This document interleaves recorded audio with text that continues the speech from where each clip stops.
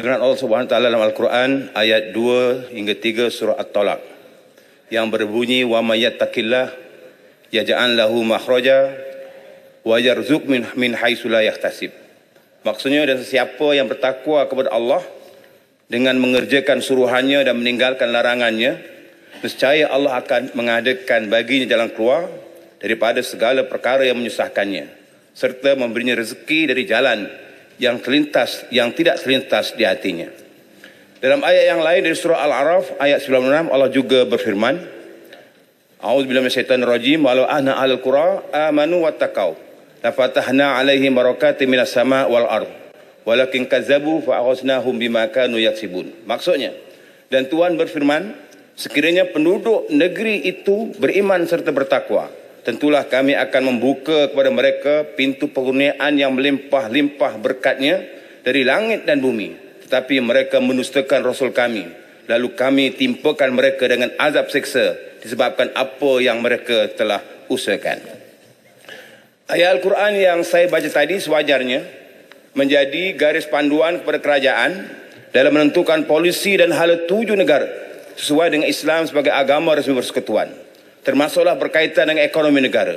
Ini kerana Islam adalah penyelamat dan penyelesai kepada apa sahaja kemelut dan permasalahan negara. Kalimat takwa sering diperingatkan di mimbar masjid pada hari Jumaat. Namun kepahaman dan aplikasi terhadap konsep takwa tidak dikaitkan dengan urusan pentadbiran sebuah negara.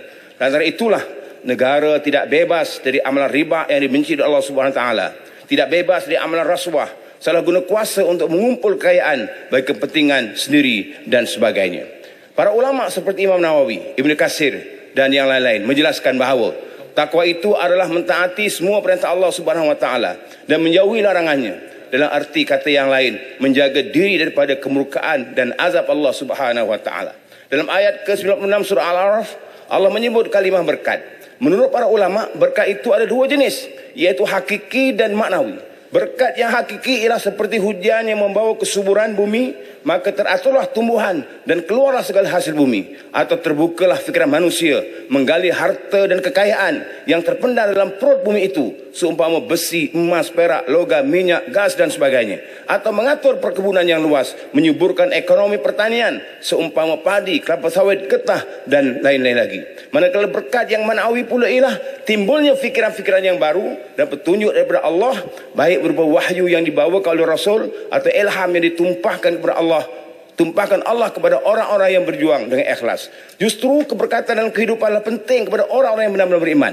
Kerana beriman dan bertakwa dalam konteks yang sebenarnya akan mendatangkan keberkatan dan kehidupan. Pada bunta bimbang, negara dan rakyat tidak ada keberkatan dalam kehidupan akibat negara masih lagi bergelumang dengan amalan kemungkaran. Pendapatan negara masih lagi bergantung dari sumber yang haram dan subhat. Aktiviti kemaksiatan berleluasa tanpa ada sekatan melalui proses undang-undang dan sebagainya. Justru siapa yang bertakwa kepada Allah Subhanahu wa taala dan mengikuti segala perintahnya dan menjauhi segala larangannya, maka akan diberikan kepada jalan keluar, yakni daripada perkara yang haram ke perkara yang halal, daripada kesempitan kepada keluasan, daripada neraka kepada surga, memberinya rezeki dari jalan yang tidak disangka-sangka, diberi kecukupan, dipermudahkan segala urusan, dijauhi daripada segala perkara subhat dan kesusahan ketika mati. Tasrid yang dipertua. Namun ukuran dan nilai takwa kepada orang yang bergelar pemimpin adalah keadilannya. Ini berdasarkan firman Allah Subhanahu wa taala dalam surah Al-Maidah ayat yang ke-8. Ya ayyuhallazina amanu kunu qawwamina lillahi syuhada bil qist wa la yajrimannakum sya'nu qaumin ala alla ta'dilu i'dilu wa aqrabut taqwa wattaqullaha innallaha khabirum bima ta'malun. Wahai orang beriman, jadilah kamu penegak kebenaran kerana Allah dan saksi yang bertindak dengan adil. Janganlah kebencianmu terhadap suatu kaum mendorong kamu untuk berlaku tidak adil. Berlakulah adil, kerana adil itu lebih dekat bertakwa. Bertakwalah kepada Allah, sesungguhnya Allah terhadap apa yang kamu kerjakan. Salah satu di antara keadilan adalah memberi peruntukan yang sama rata kepada semua ahli-ahli pembangkang, sebagaimana semua ahli-ahli kerajaan tanpa syarat yang menyusahkan. Di mana tuan? Tasri yang dipertua, para bunta melihat bahawa bajet 2025 yang dibentangkan masih tidak mampu menjawab persoalan-persoalan yang dibangkitkan oleh rakyat akan janji-janji manis sama ada yang terkandung dalam manifesto PH yang bertajuk Kita Boleh, tawaran manifesto PH ke-15 atau melalui ucapan-ucapan ketika kempen atau di luar kempen yang kononnya mau memberikan pendidikan percuma, menghapus tol, menurunkan harga minyak, memasukkan hutang PTPTN dan sebagainya. Antara kandungan buku manifesto PR15PH, pertama, peruntukan kawasan sama rata. Harapan bakal menyediakan dana pembangunan kawasan pilihan raya sama rata bersemua wakil rakyat parlimen tanpa mengira parti kerana mereka mewakili kepentingan rakyat di kawasan itu. Peruntukan dana juga perlu disalurkan melalui parlimen dan bukannya penjabat Perdana Menteri. Yang kedua, bebanan hutang PTPTN, pengampunan hutang PTPTN bersasar. Untuk mengatasi masalah pinjaman pendidikan tidak munasabah dalam kalangan siswa termasuk keberhutangan PTPTN pula, program pemansuhan hutang bersasar khas kepada golongan miskin dan isi rumah B40 akan diperkenalkan. Jadual pembayaran semula PTPTN pula akan dilaksana berdasarkan gaji bagi graduan baru bermula 4,000 dengan peratusan meningkat mengikut gaji.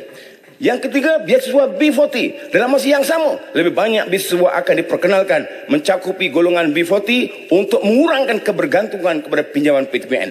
Persoalannya, sejauh mana kerajaan bersungguh-sungguh merangka mekanisme ke arah pengampunan hutang PTPTN bersasar tersebut. Tambun sering menyebut maha kaya.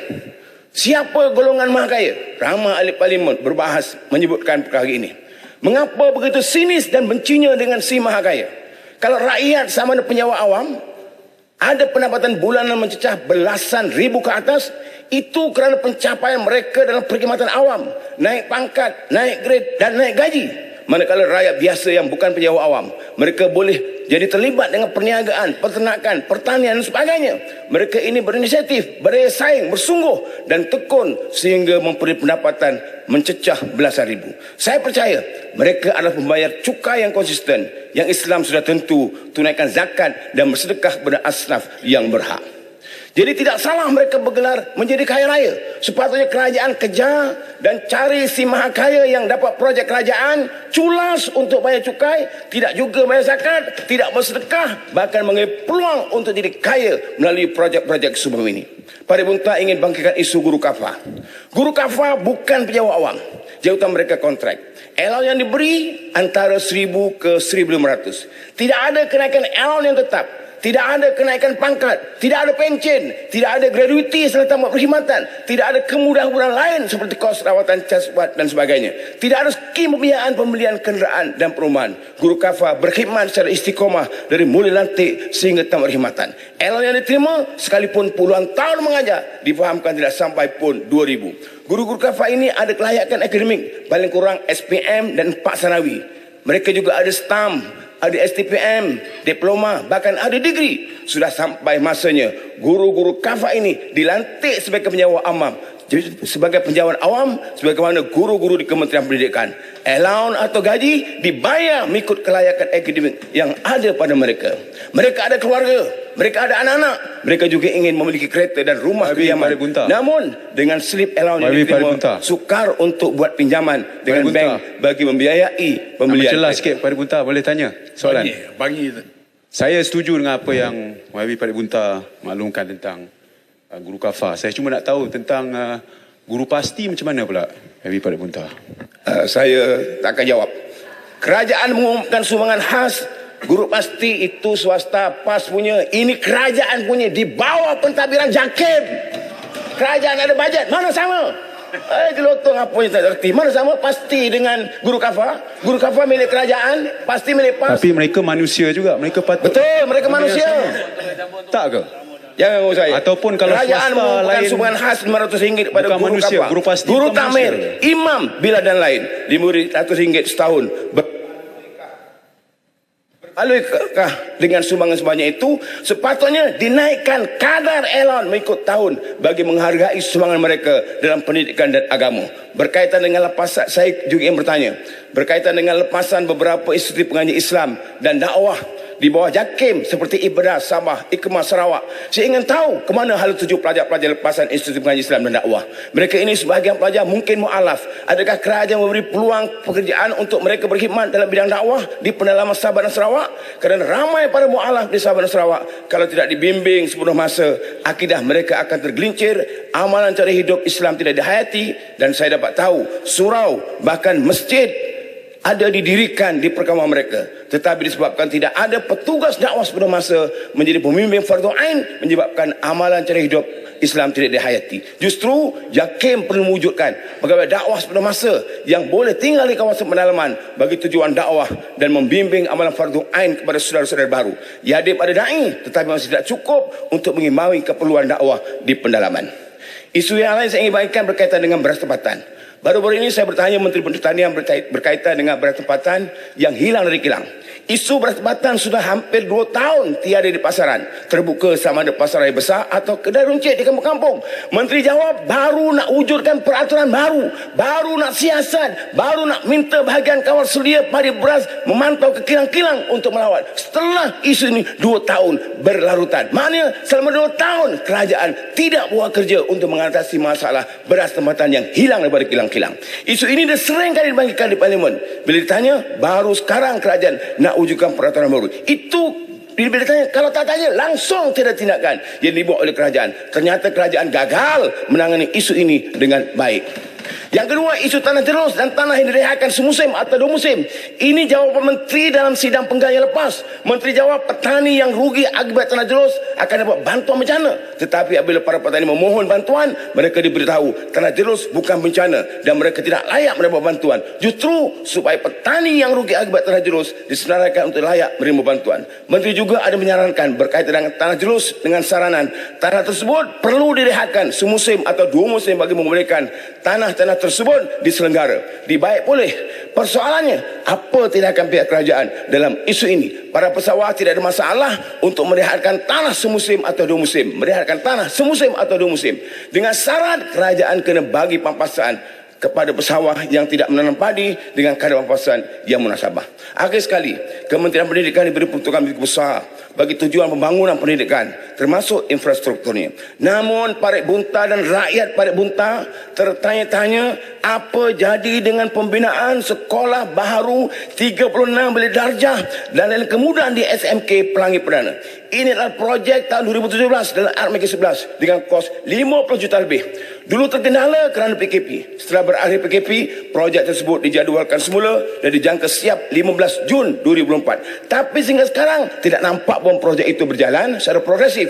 Ikut laporan, penentuan tapak di report selesai. Pengambilan tanah juga selesai. Projek reef juga selesai. Dan reka bentuk juga selesai. Tetapi mengapa sehingga sekarang, dari sejak tahun 2018, pencapaian fisikal cuma 26%, kemajuan kewangan pula 24%. Seolah tidak ada pencapaian langsung. Dalam respon pada sidang yang lepas, Wabil Menteri yang parlimennya bersepadan dengan Parit Bunta katanya nak pantau dan pastikan projek tersebut akan berjalan ikut jadual. Sejauh mana pemantauan yang dibuat? Apa permasalahan yang sebenar? Kalau berpunca tata kelola yang tidak betul, sila ambil tindakan. Kalau berpunca dari kontraktor, juga sila ambil tindakan. Terminate kontraktor ini dan lantik kontraktor yang baru. Parit Bunta juga sering dilanda banjir dan juga ribut, tetapi tidaklah separah banjir di tempat-tempat yang lain sehingga berpindah ke pusat perpindahan banjir. Banjir di Parit Bunta adalah banjir kilat bila berlaku hujan lebat yang berterusan. Sangat kerap berlaku. Baru-baru ini berlaku banjir yang melibatkan beberapa kawasan perumahan di bandar Parit Bunta dan juga rumah kedai. Justru itu, apakah tindakan kerajaan terhadap BBT dalam mengurus penyelenggaraan parit dan longkang yang sumban keadaan bentuk bumi, tanah dan longkang atau parit yang tidak terus? Ini menjadi penyebab utama berlaku banjir kilat. Rumah-rumah kedai, beberapa buah bank juga dilanda banjir kilat sehingga menyusahkan rakyat. Akhir sekali, Tan Sri Yang Tua, sehingga sekarang lesen sampan masih lagi dibuka. Ramai anak muda ingin menangkap ikan tanpa gangguan kerana ketiadaan lesen. Sedangkan mereka adalah anak muda yang bergantung pendapatan hasil dari tangkapan laut. Sebahagiannya adalah anak-anak nelayan yang bapa mereka sudah berumur, tidak mampu turun ke laut, tetapi lesen orang lain tidak boleh digunakan oleh orang lain walaupun anak sendiri. Atas keperluan ini, mohon lesen menangkap ikan yang dibukukan ditarik balik supaya anak-anak muda mempunyai lesen yang sah menangkap ikan di lautan. Akhir sekali, saya juga ingin ambil kesempatan menyokong apa sahaja usaha-usaha dari pihak daripada mana pihak termasuk kerajaan dalam memperjuangkan nasib umat Islam di Palestin, di Gaza yang dizalimi oleh Zionis Israel laknatullah. Mereka sudah lama menderita akibat pembantaian yang tidak bertamadun oleh rejim Israel laknatullah. Kerajaan wajib bertegas dalam membela nasib umat Islam, termasuk tidak lagi berurusan dengan BlackRock yang jelas memegang senjata kepada Israel untuk membunuh umat Islam Palestin. Terima kasih, mohon menyokong.